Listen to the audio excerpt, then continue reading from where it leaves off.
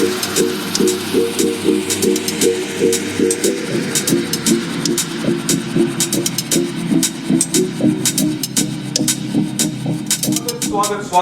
आप सभी का हार्दिक स्वागत है राजस्थान परिषद के इस मीट द आइकॉन प्रोग्राम में। राजस्थान परिषद एक अग्रणीय संस्था है। पिछले 45 वर्षों से राजस्थान परिषद शिक्षा के क्षेत्र में, चिकित्सा के क्षेत्र में और सामाजिक जुड़ाव के क्षेत्र में अभूतपूर्व कार्य करते आई है। और इसी सामाजिक जुड़ाव को आगे ले जाते हुए हम ये कार्यक्रम लेके आए हैं मीट द आइकॉन। हमारा एक और कार्यक्रम है जो युवाओं को एक मंच पर लेकर आता है और वो है आरपीसीएल, राजस्थान परिषद क्रिकेट लीग, जो सभी युवाओं को जोड़ने का कार्य करता है। और राजस्थान परिषद ये मानता है कि सफलता वो कुंजी है जो हजारों तालों को खोल सकती है। और इसी सोच को पोषण देते हुए, इसी सोच को पुष्ट करते हुए हम ये कार्यक्रम लेकर आए हैं जिसका नाम है मीट द आइकॉन।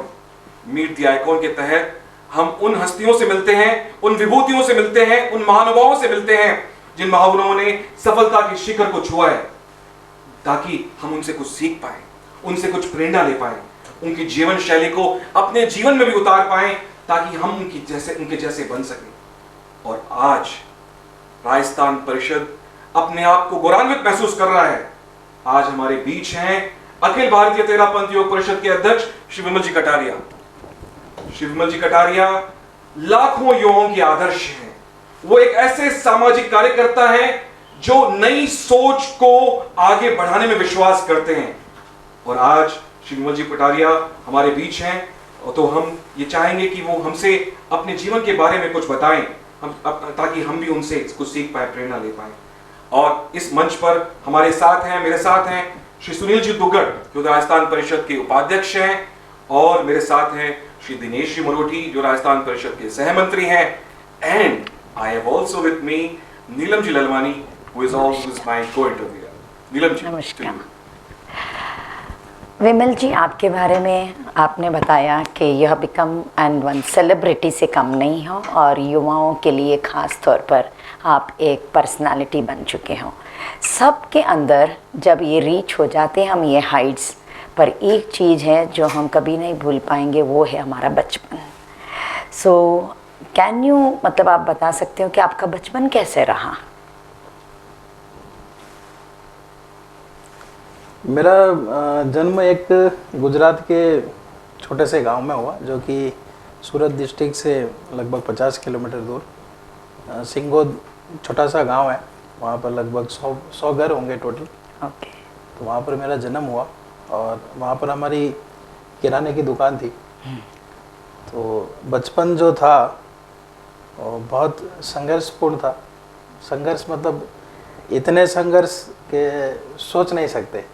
आज की पीढ़ी, आज के लोग बेंगलोर के इस माहौल में हम इमेजिन नहीं कर सकते कि इतने संघर्ष भी व्यक्ति के जीवन में हो सकते हैं। तो बचपन वैसे कुछ था नहीं।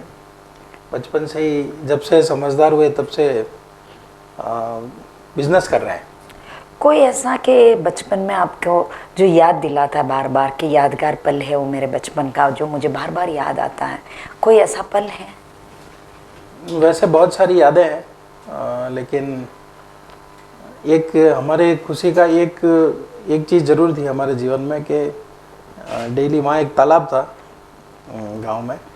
तो इस तालाब के अंदर बारिश के सीज़नों में स्नान करना और उसी तालाब में गर्मी की सीज़न में क्रिकेट खेलना। ओके। ये हमारे जीवन का एंटरटेनमेंट था। बाकी वहाँ पर और कोई सुविधा नहीं, हमारे इतनी परिस्थिति भी नहीं थी। अच्छा, मतलब आपका बचपन एकदम स्मूथली जैसे ढला वैसे ढल गया, वैसे ही आपका बचपन बीत गया। पर आपका बचपन में जैसे आज आप लगते हो कि वाव, देखते ही कि वाव फैक्टर लगता है, कि बचपन में भी आप में वो वाव फैक्टर था कि आप मस्तीखोर, बदमाश बच्चा, नटखट बच्चा, कि जो आपको एडजेक्टिव्स मिले थे? कि बचपन कैसा आपका? बचपन एकदम शांत था। हाँ। मुझे आज भी बताते हैं कि भाई मेरा बड़ा भाई बहुत शैतान था, मैं एकदम शांत था। पहले से मैं शांत हूँ। आप छोटे? जब से छोटा हूँ तब से मैं शांत हूँ। अच्छा, मतलब आप सेम वैसे का वैसे ही आपका बचपन स्मूथली चला है, हाँ बहुत स्मूथ, बहुत स्मूथ। ना अप एंड डाउन ऐसा कुछ नहीं। अप एंड डाउन्स तो बहुत थे, लेकिन दूसरे थे। अप एंड डाउन्स तो फाइनेंशियल ले लो, फाइनेंशियल लेवल पर थे, घरेलू लेवल पर थे, बहुत सारे अप एंड डाउन्स है। अप एंड डाउन्स तो मेरा जीवन ही अप एंड डाउन्स है। अच्छा, आप इतने अप एंड डाउन्स अपने जीवन में बता रहे हो कि मेरे जीवन में इतने up and downs, financial crisis भी हो सकता है जो आप बयान नहीं करें, आपका बड़प्पन है। पर आप जो संघर्ष का जीवन गुजरे, अगर आपको फिर से आप बैक टू अपने बचपन चले जाए तो आप क्या परिवर्तन करना चाहोगे कि हाँ मैं वहाँ आज मैं छोटा सा विमल रहता तो मैं ऐसा बचपन मेरा देखना चाहता, या ऐसा परिवर्तन मैं करना चाहता, या ऐसा मैं कुछ देखना चाहता? मुझे लगता है कि मेरा जो जीवन था, मेरा जो बचपन था बहुत अच्छा था। मैं जो भी फाइनेंशियल क्राइसिस है उसको नहीं मानता हूँ, क्योंकि वही जो परिस्थितियाँ थी उसने मुझे विमल बनाया। तो मैं उससे बहुत खुश हूँ और मैं चाहता हूँ कि हर बच्चे के जीवन में वो चीज़ें आनी चाहिए। हर बच्चे को संघर्ष देखना चाहिए या दिखाना चाहिए। आज हम अपने बच्चों को बहुत स्मूथली ग्रो कर रहे हैं, बहुत फैसिलिटीज़ दे रहे हैं, बहुत कुछ उनको अपने जो नहीं चाहिए वो भी हम पहले से दे देते हैं। लेकिन मेरा मानना है कि अगर किसी भी बच्चे को आगे बढ़ाना है और एक चैलेंज, जीवन में कितने भी चैलेंज आ जाए, अगर बच्चा खड़े रहे वैसा हम सोचते हैं तो ऐसा जीवन होना चाहिए। संघर्ष तो होना ही चाहिए। जब जीवन में संघर्ष होता है तभी व्यक्ति चैलेंज लेने की उसके अंदर ताकत आती है। गुड टाइम्स नेवर, मतलब कहते हैं कि गुड टाइम्स से हम कभी नहीं सीख पाएंगे, बैड टाइम्स जब आते हैं तभी हम बहुत कुछ सीख जाते हैं। और आपसे आप कुछ पूछना चाहते हैं? हाँ, इस संदर्भ में मैं कुछ आपसे पूछना चाहता हूँ। आपने सही फरमाया कि जो प्रतिकूल परिस्थितियां होती है वो व्यक्ति को और शक्तिशाली बनाती है। तो व्यक्तित्व विकास में प्रतिकूल परिस्थितियों का आना बहुत ही अनुकूल माना गया है। तो आपके जीवन का सबसे संघर्षमय दौर कौन सा था और आप उससे कैसे उभर कर आए? मैं लगभग अभी 40 साल का हूँ और 40 साल में समझिए कि 35 साल मेरे संघर्ष में निकले हैं। तो वो कौन सा दौर बताऊं? तो लेकिन एक चीज़ ज़रूर बताना चाहता हूँ कि किसी भी बच्चे को पढ़ाई में तकलीफ नहीं होनी चाहिए। शिक्षा एक ऐसा क्षेत्र है कि वहाँ पर जैन समाज का नहीं, भारत का कोई भी बच्चा शिक्षा से वंचित नहीं रहना चाहिए, जो कि हम रहे। तो मैं इतना इंटेलिजेंट था लेकिन हमको मौका नहीं मिला। तो कौन सी शक्ति है जिसने आज विमल को विमल बनाया? वो कौन सी प्रेरणा थी जिससे आप प्रभावित हुई? सबसे बड़ी प्रेरणा आत्मविश्वास। क्या? देखिए, जब भी व्यक्ति के पास कुछ खोने के लिए नहीं होता है, जब कुछ खोने के लिए है ही नहीं, तो व्यक्ति का क्या करता है? आर या पार। फ्लाइट में आग लग गई, क्या करना है? एक ही रास्ता है, समुद्र में कूद जाओ बस। तो मेरे जीवन में खोने के लिए कुछ था ही नहीं, एक ही रास्ता था, आर या पार। कूद जाओ, तैर गए तो बच गए, नहीं तो डूब गए। यहाँ रहेंगे तो भी डूब जाएंगे। आत्मविश्वास होना बहुत जरूरी है। कोई ऐसा व्यक्ति जो आपके जीवन में मार्गदर्शक बनकर आया, जिससे आप बहुत प्रभावित हुए और आप उसके पास गए, उससे आपने सलाह ली और आज भी उस व्यक्ति को आप मार्गदर्शक मानते हैं? ऐसे कई व्यक्ति हैं जो बचपन से लेकर अब तक ऐसे जीवन के हर मोड़ पर अलग अलग व्यक्तियों से मिलना हुआ, अलग अलग। सबसे पहले तो हम जब बॉम्बे में पढ़ते थे, हॉस्टल में, मैं 4 साल हॉस्टल में पढ़ा था बॉम्बे में, तो वहाँ पर भी काफ़ी सीखने को मिला। संघर्ष क्या होता है, वहाँ पर सब चीज़ खुद करनी थी, खाना भी खुद बनाना था। जैसे जो पहले के ज़माने में वन में पढ़ने जाते थे बच्चे, और वहाँ पर कैसे साधु ऋषि मुनि सब उनको खुद सारी चीज़ें खुद करवाते थे बच्चों के पास, वैसे हमारा बचपन भी था। तो हॉस्टल में पढ़ते थे, वहाँ पर हमें सब चीज़ खुद करनी थी। तो वहाँ पर जो हमारी सर थे, जो हमारे वार्डन थे, जो हमारी मैडम थे, उनका बहुत सपोर्ट रहता था। हमने हर चीज़ खुद की है, कपड़े धोने से लगा कर, हमारे हॉस्टल में जाने के लिए रोड नहीं थी तो रोड भी हमने खुद बनाई है। क्या बात, क्या हमने वो रोड भी खुद बनाई है कि डेली इतना प्रॉब्लम होता है जाने के लिए, तो हम सब ने मिलकर, हमारे सर ने प्रेरणा दी कि इतनी डेली इतना दुख क्यों देखते हो, सब मिलके बना दो इसको। गुरुकुल की परंपरा के हाँ, जैसे। गुरुकुल की परंपरा। तो जो गुरुकुल की जो परंपरा थी वैसा हमारा जीवन रहा है। तो वो वहाँ पर उस मोड़ पे वो हमारे मोटिवेटर थे, वो हमारे प्रेरणा स्रोत थे। और उसके बाद जब सबसे पहले मैं मैसूर आया तो हमारे अंकल थे वहाँ पर, तो अंकल ने हमें, और सबसे पहले मैं बताना चाहूँगा मेरे पिताजी, जिन्होंने हमको पहले से खुला छोड़ा हुआ है। मैं 8-9 साल का था तब मैं आसाम गया था, सुपारी का बिजनेस था पापा का, तो मैं ट्रेन में बैठ के अकेला आसाम गया था, वहाँ से सुपारी लेके आया था। तो पापा क्या छोड़ देते थे, जाओ लेके आओ। तो व्यक्ति को जितना आत्मस्वावलंबी बना सकते हैं, व्यक्ति उतना ही जीवन में आगे बढ़ता है। तो आप कुछ पूछना चाहती हैं नीलम जी? हाँ, आपकी बातों से ऐसा लगता है कि मैदान में हारा हुआ इंसान जीत सकता है, लेकिन मन का हारा हुआ इंसान कभी नहीं जीत सकता। आपने कहा मनोबल चाहिए हर चीज़ में, ये तो खूब रहा। आपकी बातें बहुत समझ में आती है कि कहाँ से कहाँ व्यक्ति पहुँच सकता है अगर उसमें मनोबल है तो। अगर इसी कड़ी को आगे रखते हुए मैं ये पूछना चाहती हूँ कि आपको परिवार, जैसे आज हम परिवार में रहते हैं, तो परिवार क्या मायने रखता है? परिवार रिलेशनशिप कैसे आपके जीवन में, आपका आधार स्तंभ बनने में, आपको आगे बढ़ाने में, योगदान में, कैसे परिवार के बारे में आप कुछ बताएं। परिवार बहुत महत्वपूर्ण है। हाँ। परिवार के बिना व्यक्ति कुछ नहीं कर सकता। सफलता के समाज का पीछे सपोर्ट मिले नहीं मिले, पहले परिवार का सपोर्ट मिलना बहुत जरूरी है।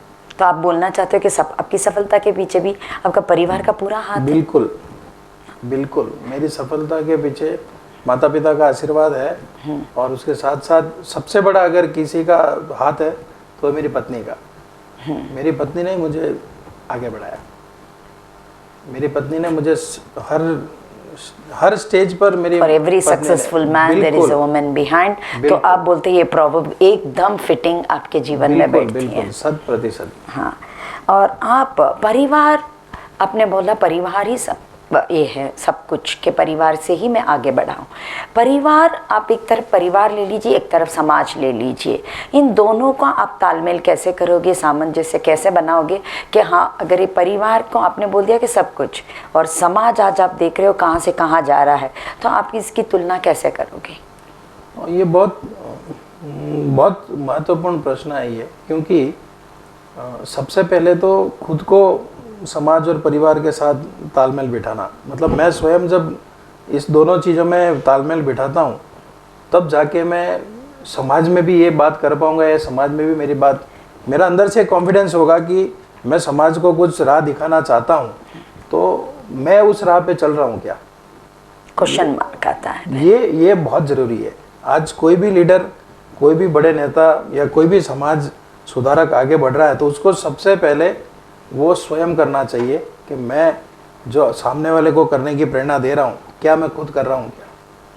तो वो ये कहते सामंजस्य हैं कि बहुत जरूरी है। Knowledge is not about knowing, knowledge is about doing and बिल्कुल, शोइंग। सो बिल्कुल। आप बोलते हैं कि मैं डू करता हूँ तभी मैं कुछ बोल पाता बिल्कुल, हूँ। नहीं तो नहीं, आपके अंदर वो आएगा ही नहीं, आप फेस नहीं कर पाएंगे। एक बात सुनी थी कि आपके बारे में कि वैष्णव देवी का क्या मतलब, बस सुना था मैंने, पूरी जानकारी नहीं है, तो आज आप इस पर क्या रोशनी डालना चाहेंगे? वैष्णो देवी मेरी कंपनी का नाम है। हाँ, और मैं नाम कैसे वैष्णव देवी? मैं माता वैष्णो का बहुत बड़ा भक्त हूँ।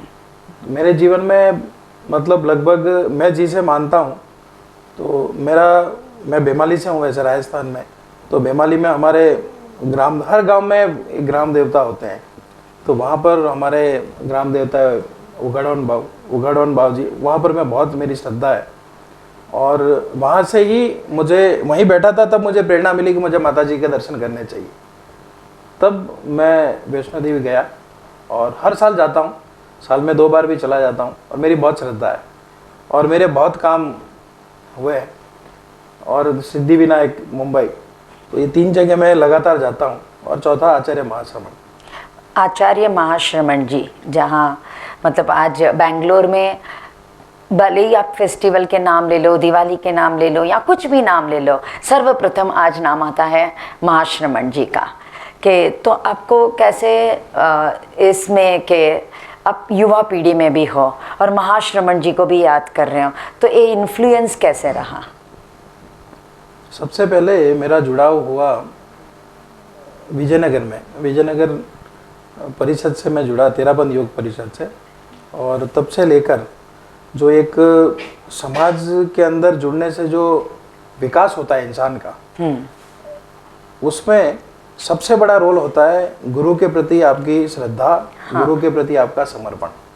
अगर आपको जिस समाज में रहना है उस समाज में किसका प्रभाव है, 2 चीज़ें है, श्रद्धा की बात है और प्रैक्टिकली भी आपको ये करना पड़ेगा। आपको अगर राजस्थान परिषद में रहना है, राजस्थान परिषद में अपना दबदबा आपको कायम करना है, तो राजस्थान परिषद किससे इन्फ्लुएंस्ड है वो आपको देखना पड़ेगा। और वहाँ पर उनसे आपको प्रेरणा लेनी पड़ेगी, उनसे आपको आशीर्वाद लेना पड़ेगा, तभी जाके आप वहाँ पर टिक पाओगे। तो जिस जगह में रहते हो कि वहाँ का पूरा जानकारी लो, वहाँ की मतलब देव गुरु धर्म सबका आचरण रहना चाहिए। सब चीज, उस समाज के देव कौन है, गुरु कौन है, वो कौन से धर्म को फॉलो करते हैं, उसके साथ साथ उसमें कौन सबसे बड़े व्यक्ति है, ये सारी चीज़ों को हम जब फॉलो करेंगे तभी आप वहाँ पर टिक पाओगे। बाकी कहीं पर भी, मैं खाली तेरापंथ की बात नहीं कर रहा हूँ, आप कहीं पर भी चले जाओ, आपको कोई भी संस्था में जाना है, कोई भी पॉलिटिकल लेवल पर आगे बढ़ना है, तो वहाँ का मेन क्या है, बेस, उसको आपको समझना पड़ेगा। बहुत ही अच्छी बात कही आपने विमल जी कि हम जहाँ भी जाते हैं वहाँ पर आप पता करें कि कौन प्रभावित कर रहा है उस क्षेत्र में। मैं ये जानना चाहता हूँ आपसे कि 10 वर्ष पूर्व तेरापंथ धर्म संघ से आप इतने एक्टिव नहीं थे सामाजिक स्तर पर, तो कौन सा वृतांत है, वो कौन सा क्षण है जो निमित्त बना आपके जीवन में और आप समाज से जुड़े? आज समाज आपकी रग रग में बसा है, सामाजिक चिंतन आपके रग रग में बसा है, हम उसके बारे में जानना चाहते हैं। देखिए, आज लगभग 2005 में मैं बेंगलोर आया और उसके बाद हमारा जो बैकग्राउंड है, हमने कभी, हमारा जो, हम छोटे से गांव में रहते थे, तो वहाँ पर 50-50 साल वहाँ की हिस्ट्री नहीं है कि वहाँ पर कोई साधु संत वहाँ पर आए हों। और लेकिन पापा का एक क्रम जरूर था कि पापा हर साल गुरुदेव के दर्शन के लिए लेके जाते थे, ये क्रम जरूर था, तो उतना ही अटैचमेंट था। तो वहाँ पर भी जाते थे तो क्या पिकनिक होता था, गुरुदेव के सामने तो 2 मिनट की सेवा की और बाद में वहाँ आसपास में क्या घूमने चले जाते थे। लेकिन जब बेंगलोर आया तो बेंगलोर में सबसे पहले विजयनगर में, जब विजयनगर भवन लिया गया तब समणी पधारे थे विनीत प्रज्ञा जी। तो विनीत प्रज्ञा जी घर पे पधारे गोचरी के लिए, ये चीज़ मैं कई बार बताता हूँ लोगों को। तो मैं तो पहले बहुत आराम से रहता था और ऐसी कोई आदत नहीं है जो मेरे में नहीं थी, हर तरह की सर्वगुण में संपन्न था पहले। तो विनीत प्रज्ञा जी जब सुबह आए लगभग 7 बजे, तो मेरी पत्नी ने कहा कि उठो, गोचरी आया है। तो मैंने नींद में ही कह दिया कि रोज आते हैं, तुम करो, ये सब तुम्हारा काम है, मुझे डिस्टर्ब मत किया करो। तो समणी जी ने भी सुना ये चीज़, तो भी समणी जी ने कोई प्रतिक्रिया नहीं की। फिर समणी जी को मैं जब मधु को छोड़ने के लिए गया तेरापंथ भवन, तो समणी जी बाहर आए और मेरे को बोला कि महीने में एक बार भवन आने का संकल्प करो। तो मैंने कहा ठीक है, इसमें तो कोई बुराई नहीं है, एक ही बार तो है। हाँ, महीने में एक बार ही तो है। हाँ। रोज छोड़ने के लिए आते हैं, अंदर जाना है, बोला आऊँगा लेकिन बैठूंगा नहीं, अंदर आऊँगा वापस चला जाऊँगा। ठीक है। तो उससे एक बार विनीत प्रज्ञा जी का, मतलब उस टाइम पे बहुत नए नए थे और काफ़ी यूथ जुड़े हुए थे, तो वहाँ एक बार पहली बार गया रात को, तो लगभग 100 युवक थे वहाँ पर, और उसमें से 2-4 पहचान वाले भी थे। तो उन्होंने बोला बैठ जाओ। कोई भवन में, देखो कोई भी धर्म की जगह पर कोई जाता है ना, तो लोगों को लगता है कि अच्छा आदमी है। ये अपनी मानसिकता है, ये अपनी परिभाषा है अच्छे व्यक्ति होने की। चाहे वो घर पे क्या करता है, बाजार में जाके क्या करता है, वो कोई नहीं देखता है, लेकिन कोई धार्मिक स्थल पर आ गया ना तो अच्छा आदमी है। बोला विमल जी आओ। मेरे को पहली बार किसी ने विमल जी बोला, मैंने बोला ठीक है यार, ये तो यहाँ आने से ही जी लग गया। इसलिए धीरे धीरे वहाँ पर तो सबसे पहले हमारा जुड़ा हुआ समणी विनीत प्रज्ञा जी की वजह से। और जुड़ा हुआ आप तेरापंथ योग परिषद विजयनगर के अध्यक्ष बने, अखिल भारतीय तेरापंथ योग परिषद में कार्य समिति में आए, महामंत्री बने और अब नेतृत्व कर रहे हैं संपूर्ण अखिल भारतीय तेरापंथ योग परिषद के जो 40,000 युवक हैं देश भर में, उनका आप नेतृत्व कर रहे हैं। इतने छोटे से समय में आपने ये सफर तय किया है, तो आप इस सफर के बारे में बताइए और हमें भी प्रेरणा दीजिए ताकि हम भी आपसे प्रेरणा लेकर आपका अनुसरण करके आगे बढ़ पाए। देखिए इसकी भी एक कहानी है, आपको बहुत अचरज होगा सुन के। एक दिन स्कूटी खराब हो गई वाइफ की, तो भवन में रख के आ गई। तो मेरे को बोला कि भाई आप स्कूटी लेके आ जाना। तो मैं स्कूटी लेने गया, तो वहाँ पर सुशील जी चौड़िया अध्यक्ष थे और कमल जी तातेड़ जो आपके अभी राजस्थान परिषद के अध्यक्ष हैं, वो मंत्री थे। तो वो वहाँ पर ऑफिस में बैठे हुए थे, तो उन्होंने मुझे बुलाया। और कमल जी जानते थे क्योंकि नाइन दिल्ली में मेरी फैक्ट्री थी और वो उनकी फैक्ट्री भी नाइन दिल्ली में थी। तो बोला विमल जी 500 रुपया दो। तो इतने बड़े व्यक्ति सीए, उनसे बहुत सारा मैं काम करवाता था, 500 रुपया मांग रहे हैं, तो मैंने 500 रुपया निकाल के दे दिया। उन्होंने एक रसीद दे दी। तो तब मैं तेरापंथ योग परिषद का 21वां मेंबर बना, विजयनगर परिषद का, नई नई बनी हुई थी। तो तब से योग परिषद के अंदर मेरा जुड़ा हुआ। तो जुड़ाव तो ऐसे ही हुआ, जाता नहीं था कभी। एक दिन ब्लड डोनेशन कैंप चल रहा था मारुति मेडिकल में, तो मेरे को भी ब्लड डोनेट करने का शौक था, तो मैं चला गया वहाँ पर। तो मैं वेटिंग में था, तब वो वहाँ पर अध्यक्ष मंत्री सब पदाधिकारी वहाँ पर उनको सर्टिफिकेट देते हैं, तो फ़ोटो खिंचा रहे थे। तो हमको पता नहीं था प्रोटोकॉल क्या होता है, तो मैं तो चला गया, फ़ोटो में खड़ा हो गया। तो एक व्यक्ति ने मुझे धुतकार दिया, चल हट। हाँ, यहाँ खाली पदाधिकारी अध्यक्ष मंत्री आते हैं फ़ोटो में, आ गया खड़ा फ़ोटो खिंचाने के लिए, दूर जा। तो मेरे को बहुत अंदर से करंट लग गया। मैंने उसको उसी दिन चैलेंज किया, तो आज मेरे को फ़ोटो खिंचाने से मना कर रहा है, एक दिन आएगा तू मेरे साथ फ़ोटो खिंचाएगा। उसी दिन से मैं योग परिषद के साथ जुड़ा। तो आदमी को एक पल चाहिए खाली, और उसके बाद तो कभी वापस पीछे नहीं देखा।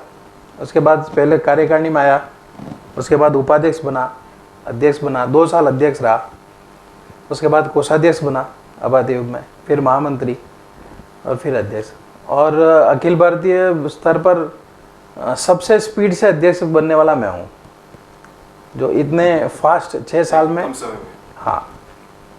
तो ये पूरा जो अनुभव है, आपने धर्म संघ की कई संस्थाओं में अपना योगदान किया है, खट्टे मीठे अनुभव है कुछ, तो कैसा रहा आपका ये अनुभव? आपने क्या सीखा धर्म संघ से? धर्म संघ का आपके जीवन पर क्या प्रभाव पड़ा?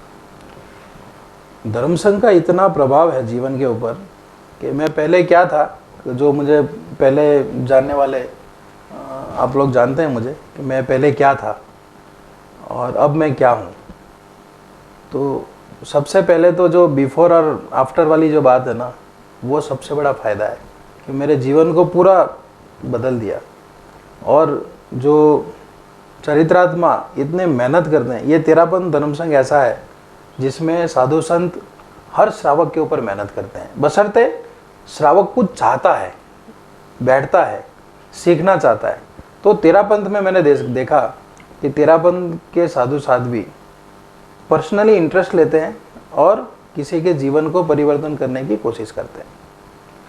तो तेरापंथ धर्म संघ में अगर आपको जुड़ना है, आपकी श्रद्धा भक्ति प्रबल है, आपकी इच्छा शक्ति मजबूत है कि मुझे आगे बढ़ना है, तो तेरापंथ धर्म संघ जैसा प्लेटफॉर्म पूरे वर्ल्ड में आपको मिल नहीं सकता। बशर्ते ईमानदारी से आपको काम करना पड़ेगा, सरेंडर होना है हमको खुद को ही। तो वास्ट ओपन है सबके लिए। और जैसा कि उन्होंने फरमाया कि जो धर्म संघ का जो प्लेटफॉर्म होता है, वो प्लेटफॉर्म व्यक्ति को कहाँ से कहाँ ले जाता है। न कि अपने जीवन में उसको सुधार महसूस होता है, बल्कि जो सामाजिक जीवन है उसमें भी वो ऊंचाइयां प्राप्त कर सकता है। ये हम सबके लिए प्रेरणादायक है कि अगर व्यक्ति में आत्मविश्वास हो, सकारात्मक चिंतन हो, तो कैसे वो सामाजिक स्तर पर आगे बढ़ सकता है। जैसे कि हमारे विमल जी ने जो सफर तय किया है आज, वो सफर सबके लिए प्रेरणादायक है। विमल जी, पिछले 2 सालों से आप अखिल भारतीय तेरापंथी परिषद से अध्यक्ष के रूप में जुड़े हैं और काफी उपक्रम शुरू हुए हैं देश में और सभी उपक्रम में बहुत विकास हुआ है, जन जन तक पहुंचा है आपका उपक्रम। तो मैं आपसे उन उपक्रमों के बारे में जानना चाहूंगा कि आपके कार्यकाल में किन किन किन उपक्रमों का आपने विकास किया और आगे बढ़ाया। सबसे पहले तो मेरा जो सबसे फेवरेट सब्जेक्ट है सेवा, उसमें हमने डायग्नोस्टिक सेंटर को आगे बढ़ाया। जब सबसे पहला डायग्नोस्टिक सेंटर हमने यहाँ पर जब मैं विजयनगर परिषद का अध्यक्ष था तब हमने सबसे पहला डायग्नोस्टिक सेंटर खोला था और उसके बाद लगातार इस प्रोजेक्ट के ऊपर हमने फोकस किया। आज हमारा लगभग 44 डायग्नोस्टिक सेंटर है ऑल इंडिया में। तो हर महीने एक डायग्नोस्टिक सेंटर का लक्ष्य रखा था और वो लक्ष्य पूरा किया है। और भी काफ़ी चीज़ें, अभी मेडिकल स्टोर भी खोल रहे हैं, प्रज्ञा केंद्र भी खोल रहे हैं।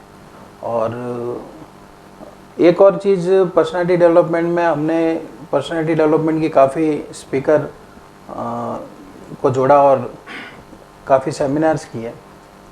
लेकिन सबसे पहले मुझे एक पीड़ा थी कि भाई हम युवाओं को क्या दे रहे हैं। ब्लड डोनेशन कैंप करते हैं तो लोगों के लिए, उससे हमारे युवाओं की ब्रांडिंग हो रही है लेकिन उनका व्यक्तिगत कोई फ़ायदा नहीं है। डायग्नोस्टिक सेंटर हमने खोला तो वो उसका लाभ भी दूसरे लोगों को मिल रहा है, हमारे युवाओं का विकास नहीं हो रहा है। तो मैंने ये सोचा कि कैसे हमारे युवक को डायरेक्ट फ़ायदा मिले। तो इसलिए कॉन्फिडेंट पब्लिक स्पीकिंग CPS का हमने एक उपक्रम जोड़ा और हमने टारगेट लिया था कि लगभग 300 लोगों को हमें ट्रेन करना है, क्योंकि मुझे नहीं पता था कि ये इतना क्लिक हो जाएगा।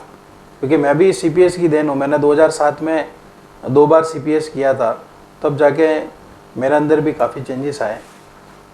तो मैंने उसको आगे बढ़ाया तो ये बहुत क्लिक हो गया। लगभग 300 का टारगेट था लेकिन 700 लोग इसमें रेडी हो गए। और हमारे उसमें लगभग बेंगलोर के 11 गुणी ट्रेनर हैं जिन्होंने इसमें भाग लिया और इन्होंने बाहर जाकर अपनी सेवा दी। तो ये बहुत बड़ा अचीवमेंट रहा। उसके बाद भी काफ़ी कार्यक्रम हमने किए, आध्यात्मिक कार्यक्रम भी किए, हमने सामायिक से लोगों को जोड़ा। उपवास का हमने पहली बार एक एक्सपेरिमेंट किया। जब उपवास का लॉन्च किया था, डेली एक मास कमांड, तो लोगों ने बहुत मजाक उड़ाया था, ये तो पागल है, ये तो अध्यक्ष बन गया तो उड़ रहा है, इसको कुछ पता नहीं चलता है। लेकिन जो गुरु का आशीर्वाद और युवाओं का समर्पण था वो भी सुपर हिट हो गया। हमने डेली 31 युवक की तैयारी की थी लेकिन डेली 108 युवक ने उपवास किए। तो नथिंग इज़ इम्पॉसिबल, आपकी सोच होनी चाहिए। और आज का ज़माना है, मैंने ये महसूस किया कि आपका माल कितना भी अच्छा है, अगर आपका प्रेजेंटेशन अच्छा नहीं है, आपका प्रस्तुति अच्छा नहीं है, आपका पैकिंग अच्छा नहीं है तो नहीं बिकेगा। तो हमने पुराने माल को ही नया पैकिंग करके बेचा है। उपवास कोई नई चीज़ नहीं है, 2500 साल से ये परंपरा है त्याग की, तपस्या की। हमने कुछ नया नहीं किया उसमें, लेकिन हमने एक नया रूप दिया। प्रतिदिन एक मास कमांड, गुरुदेव को समर्पित युवाओं के द्वारा एक मास कमांड। तो ये कुछ चीज़ नहीं लगी युवाओं को, उसमें एक जुड़ गए। जीवन के हर पल में आपको एक्सपेरिमेंट करना चाहिए, चाहे वो परिवार हो, चाहे वो व्यापार हो, चाहे वो समाज हो। आप वही पुरानी परंपराओं के ऊपर चलोगे तो आपकी कोई पहचान नहीं बनने वाली। मेरी पहचान बनी सिर्फ और सिर्फ एक्सपेरिमेंट से। Change is inevitable. हाँ, मतलब हर चीज़ में मैंने अपने जीवन में भी काफ़ी प्रयोग किए हैं, संस्था में भी काफ़ी प्रयोग किए हैं, बिजनेस में भी मैं प्रतिदिन नया नया प्रयोग करता रहता हूँ। तो नए प्रयोग जितने आप करोगे उतनी आपकी सफलता बड़ी होगी। जी हाँ, आपने सही फरमाया कि जीवन एक प्रयोगशाला है और हम जितने प्रयोग करेंगे उतने ही हम ऊंचे उठेंगे, उतने ही हम सफल होंगे। आपने विमल जी व्यापारिक क्षेत्र में बहुत सफलता हासिल की, सामाजिक जीवन में बहुत सफलता हासिल की आपने। आपके विचार में असली खुशी और संतुष्टि क्या है? क्या वो धन है? क्या वो नाम है? क्या असली खुशी और संतुष्टि है आपके आपके विचार में? मेरे हिसाब से तो जिस चीज़ में आपको खुशी मिलती है, जिस चीज़ को आप एंजॉय करते हो, वही सबसे बड़ी खुशी है। बाकी कोई भी चीज़ बड़ी नहीं है।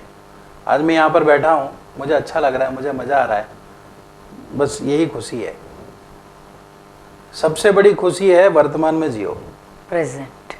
आप प्रेजेंट में रहो, प्रेजेंट में जियो, प्रेजेंट को एंजॉय करो।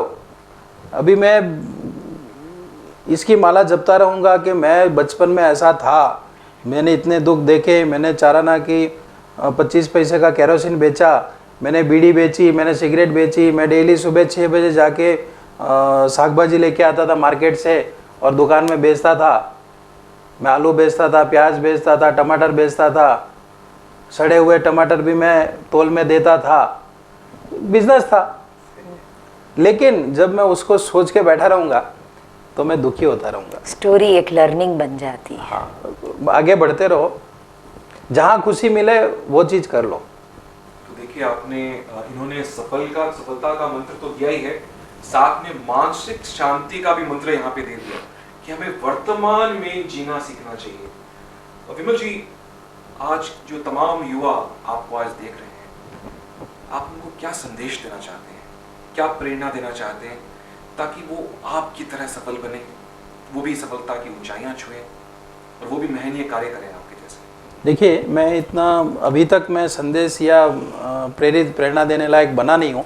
अभी तो मैं खुद बन रहा हूँ, अभी मैं अपने आप को तैयार कर रहा हूँ। लेकिन जीवन में जो भी करो बड़ा करो, जीवन में जो भी करो बेस्ट करो। आपने जो भी किया अपना सर्वस्व लगा दो उसके ऊपर, कभी भी कमी मत रखो किसी चीज़ में भी। आप कार्य समिति में आए, अपने कार्य समिति में आपको कोई रोल मिला, उसमें आपकी जी जान लगा दो आप। और दूसरी बात, हमेशा बड़ा सोचो, हमेशा गोल बड़ा रखना चाहिए। मेरे पास 5 रुपया नहीं होता है, मेरे बैंक में 5 लाख नहीं होता है, लेकिन 10 करोड़ की ज़मीन आई, मैं छोड़ता नहीं हूँ। मुझे मालूम है कि मैं कर लूँगा। सबसे ज़्यादा आपका जितना आपका गोल बड़ा है उतना आपका विज़न बड़ा बनेगा और उतना ही आप उसके प्रति उसको करने के लिए आप आगे बढ़ोगे। जब तक आपका गोल बड़ा नहीं है, अब आज राजस्थान परिषद ने नहीं सोचा होता, राजस्थान परिषद के इस कार्यक्रम को करने के लिए आपको कितना चैलेंजेस आया। आप अगर ये कार्यक्रम बेंगलोर में जाके इंटरव्यू लेते तो हो सकता था, लेकिन जो अभी यहाँ पर आपको बैठे बैठे मिल रही है चीज़ें, वो आपको नहीं मिलती। आपको उसके लिए बहुत प्रयास करना पड़ता। लेकिन आपने इतनी बड़ी चीज़ सोची, और आप जब बड़ा सोचते हो, जब आप कुछ अच्छा करने जाते हो, तब आपको निश्चित रूप से चैलेंजेस आने वाले हैं, आपको रुकावट आने वाली है। लोग रोकने के लिए बहुत बैठे हैं, लोग यही चाहते हैं कदम कदम पर कि आपको रोकेंगे, लोग आपको गिराने की कोशिश करेंगे, लोग आपका अपमान करेंगे, लोग आपका शोषण करेंगे। ये होना ही है, ये मान के चलो कि आप कोई बड़ा काम करने वाले हो, आप बड़े बनने वाले हो, तो ये सब चीज़ों से आपको गुजरना पड़ेगा। लेकिन इसको पॉजिटिव लो और आगे बढ़ते रहो। बहुत ही एप्ट बात कही इन्होंने।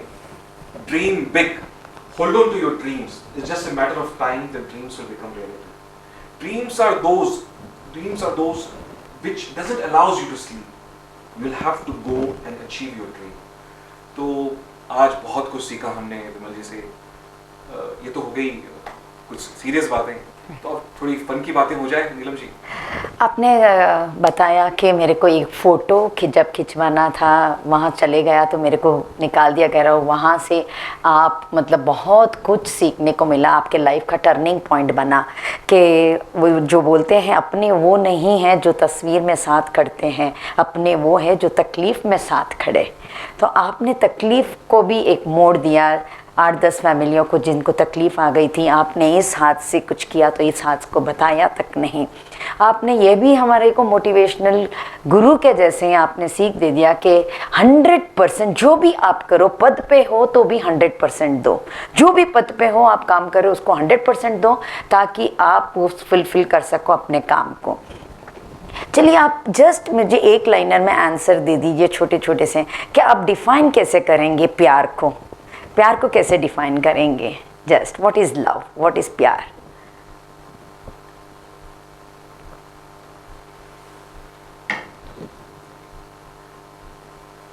जिस चीज़ को, जिनको भी, जो भी व्यक्ति है उसको बार बार मिलने की इच्छा होती है, जिसकी याद सताती है, हाँ। जिसको हम महसूस करते हैं, हाँ। जिसको हम दिल से चाहते हैं, हाँ। जो जिसके बारे में सोचते ही एक मन के अंदर एक रोमांच की अनुभूति होती है, हार्मोन्स रिलीज हो जाते हैं। हाँ, मतलब एक अंदर से सब चीज़ें, मतलब क्या बोलते हैं, खींचने लगती है, वही लव है। हाँ, वही प्यार है। और आप ग्रोथ, जैसे ग्रोथ आप ग्रोथ को कैसे डिफाइन करेंगे? कि बिजनेस ग्रोथ का आप कुछ डिफाइन करते हो क्या कि ये ग्रोथ स्केल है? ग्रोथ को कैसे डिफाइन करेंगे आप? प्यार को तो आपने बोल दिया कि एक फीलिंग है जहाँ पर सब कुछ एक रोम रोम जहाँ पर खुशी महसूस करे, वही प्यार है। ग्रोथ को कैसे डिफाइन करेंगे आप? ग्रोथ मैं समझता हूँ कि आदमी की, इंसान का ग्रोथ लेवल कभी डिसाइड नहीं कर सकते हम। जिस जिस स्टेज पे आपको जो जो मौका मिलता है, उस, जैसे बोलते हैं ना, ग्रैब द अपॉर्चुनिटी, जो मौका मिला उसको छीन लो। यस, जैसे आज हम चंद्रयान तक, बॉर्डर तक पहुंच गए, बस सिर्फ कुछ ही क्षणों का ये पल था, पर वहां तक जाने की कोशिश तो की है ना, वही ग्रोथ है। आज हमारी ग्रोथ वहां तक तो चली गई है। बिल्कुल। तो आप एक और बात हमें बताइए कि इतने पूरा अपना बातचीत के दौरान आपने पॉलिटिकल का जिक्र बिल्कुल ही नहीं किया, तो पॉलिटिक्स क्या है आपकी नज़र में? पॉलिटिक्स बहुत अच्छी चीज है। जब तक इंसान के अंदर पॉलिटिक्स नहीं होगी, देखो आज हर व्यक्ति के अंदर पॉलिटिक्स है, आज हर व्यक्ति, और जो इंसान पॉलिटिक्स नहीं कर सकता वो जिंदगी में आगे नहीं बढ़ सकता। और पॉलिटिक्स क्या है, पॉलिटिक्स का मतलब क्या है?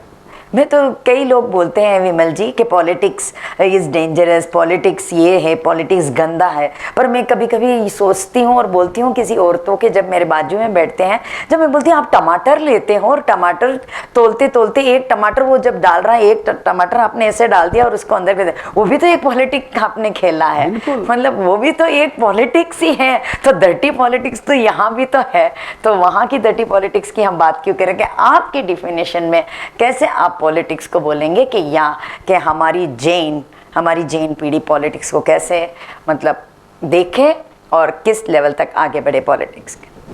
देखिए, जो पॉलिटिक्स के बारे में जो भी बातें करते हैं उनके लिए मैं एक बात शेयर करना चाहूँगा। पॉलिटिक्स घर से शुरू होती है। आप जब पैदा होते हो, जब माँ को छोटे बच्चे को खाना खिलाना होता है, या दूध पिलाना होता है, या जूस पिलाना होता है, हाँ। या मेडिसिन देनी होती है, वहीं से पॉलिटिक्स चालू हो जाती है।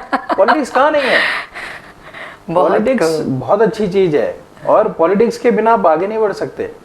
और जैन समाज इतना समृद्ध समाज, हम मैक्सिमम टैक्स पेयर्स हैं, हम मैक्सिमम सेवा कार्य में जैन समाज आगे है, हम मैक्सिमम बिजनेस हमारे हाथ में, लगभग हर बिजनेस के ऊपर जैन समाज की पकड़ है।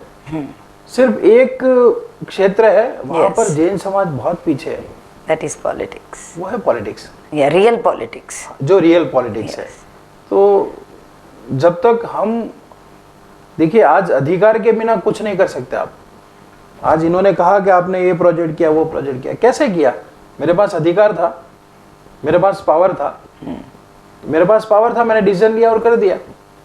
अब आज आप यहाँ से बैठे बैठे सोचेंगे मुझे ये करना है, आपके पास पावर ही नहीं है, आप खाली सजेशन दे सकते हो। और सजेशन आज की तारीख में 90% डस्टबिन में जाते हैं। सजेशन की कोई वैल्यू नहीं है, ज्ञान देने वाले बहुत हो गए। जब तक आपके पास अधिकार नहीं है, जब तक आपके पास पावर नहीं है, तब तक आप कुछ नहीं कर सकते। और पावर के लिए आपको पॉलिटिक्स में जाना They say that there is no room for suggestion, only solutions can be had. देखिए ऐसा है कि सॉल्यूशन के लिए भी, सॉल्यूशन आपको अगर चाहिए तो आपके Yeah, हाथ में कुछ होना power चाहिए ना। चाहिए, yes. बिना पावर के ना तो सजेशन काम आएगा ना सॉल्यूशन होगा। तो पावर बहुत ज़्यादा जरूरी है आज के समय में। और आज हम देखते हैं कि जैन समाज का शोषण सब जगह होता है। क्यों होता है? आज हम इतना समर्पण करने के बाद भी, इतना सेवा करने के बाद भी, इतना डोनेशन देने के बाद भी, इतना टैक्स देने के बाद भी हमारा शोषण क्यों होता है? आप कर्नाटक देख लो, तमिलनाडु देख लो, आंध्र तेलंगाना देख लो, उड़ीसा देख लो, बंगाल देख लो, सब जगह मारवाड़ी के पीछे पड़े हैं लोग। बस अगला प्रश्न मेरा वही था कि आप यूनिटी के बारे में क्या बोलना चाहोगे? वही था मेरे लिए कि जैन यूनिटी के बारे में आप क्या बोलना चाहोगे? सबसे पहले तो देखिए, हम काफ़ी बढ़ चुके हैं, इसका कोई इलाज नहीं है, ये अभी एक हो नहीं सकता। हम अगर बोलेंगे कि सब मूर्ति पूजक, स्थानकवासी, तेराबंदी सब एक हो जाओ, नेक्स्ट टू इम्पॉसिबल है। सबसे बड़ा अगर हमको करना है तो हमें पावर में आना है। यूनिटी तभी होगी जब आपके पास पावर होगा। अगर मैं यहाँ पर 10 लोगों का आज 100 लोगों को इकट्ठा कर सकता हूँ तो इसलिए कर सकता हूँ कि मेरे पास पावर है। पावर के पीछे पूरी दुनिया चलती है। विमल जी, पावर की बात कही आपने, तो घर में पावर किसके पास है? आपके पास है कि नहीं, बिल्कुल मधु के पास है, मेरे पास कुछ नहीं रखा। ये अच्छा लगा मुझे बहुत सुन के। रखना भी नहीं है। अगर आपको सुखी होना है, आपको जीवन में सुखी रहना है, तो आपका पावर बाहर यूज करो। घर में जाते हो तो एकदम सरेंडर हो जाओ।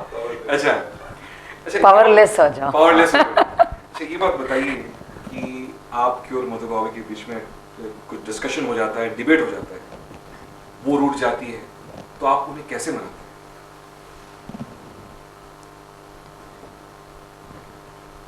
देखिए, सबसे बड़ी बात है हस्बैंड और वाइफ के बीच में, बात छोटी होती है लेकिन हम एक दूसरे को नहीं समझ पाते हैं, इसलिए क्लैश होता है और रूठना। और जितना रूठना होता है ना, उतना वो बहुत मनाना अच्छा होता है। नहीं, उतना मनाना होता है। हाँ, रूठना बहुत जरूरी है। अगर 100% रूठना मनाना नहीं होगा तो जीवन में बचेगा क्या? क्योंकि रूटीन तो एक ही है।